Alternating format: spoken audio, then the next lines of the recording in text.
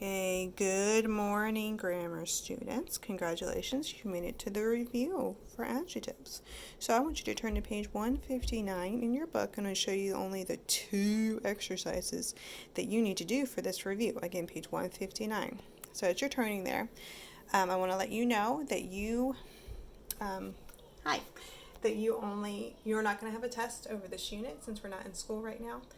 Lord willing, we'll be able to get back before the end of the school year, and so by then we'll have a review test over everything. But while you're at home, we're not going to have a test over this unit. The review will just count as just a good old review to refresh your mind, and then the rest of the week you're going to do your cumulative review. And then you'll find out next week what comes next week. But let's just take it one day at a time right now. So for today, you're going to do 2 exercises for your adjective review on page 159 to 160. So let's go over those, and then you can get started and go on with your day. Okay, so you're going to do, cover those answers.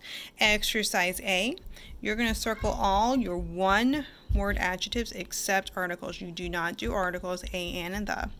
This includes your predicate adjectives. Remember, those are descriptive words that come after a linking verb. Then you can draw arrows to the words describe. So if you look at just number 1, it's going to give you number 1. The early Italian settlers were known as the Etruscans. Notice they had the book early in Italian are circled. Draw an arrow to settlers because those are describing settlers. So again, exercise A, you're just circling the one-word adjectives except the articles a, and the. And you're going to draw arrows to the word that they describe. And y'all have done very well on these exercises, so I'm sure you'll do fine. Okay, exercise D, you're going to circle all adjective prepositional phrases.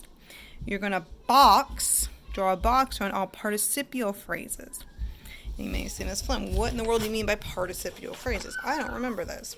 Well, yay for you. Your book still has it in there. It never left your book from when you did the lesson a couple weeks ago. So if you don't remember this, go to page 146 in your grammar book. Again, participial phrases, page 146. And it explains it to you. Remember, participles are just adjectives that used to be verbs. Verbs acting as adjectives are going to end in ing in the present tense, and then d, ed, t, or m in the past tense. So, example, handing Bryson the present, smiling broadly, smiling at Bryson. Look at some of your exercises that you did. Holding the horse's reins, cowering to a maid, pleased with the news, skilled.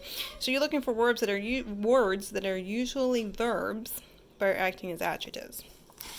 And then, so the first one you're going to look for is prep phrases.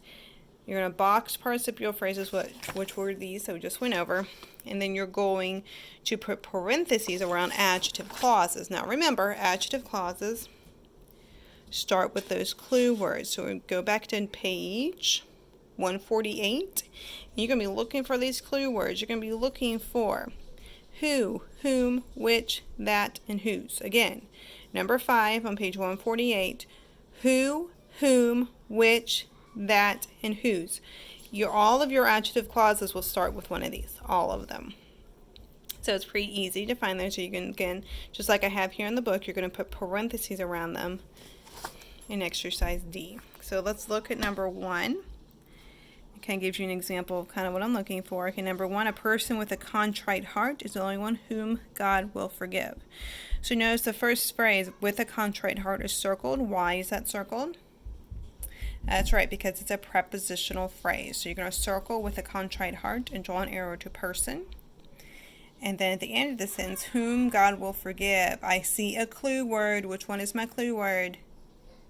That's right, it's whom. So because that's an adjective clause, I know it's an adjective clause because it starts with my clue word. You can put parentheses around it, and you're going to draw an arrow to the word one.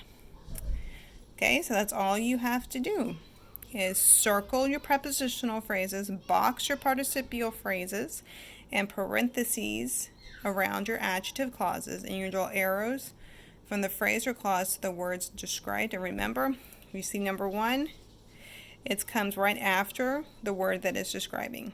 It's the beauty about adjectives and nouns is they're really close to each other. They stay bonded. They're buddies.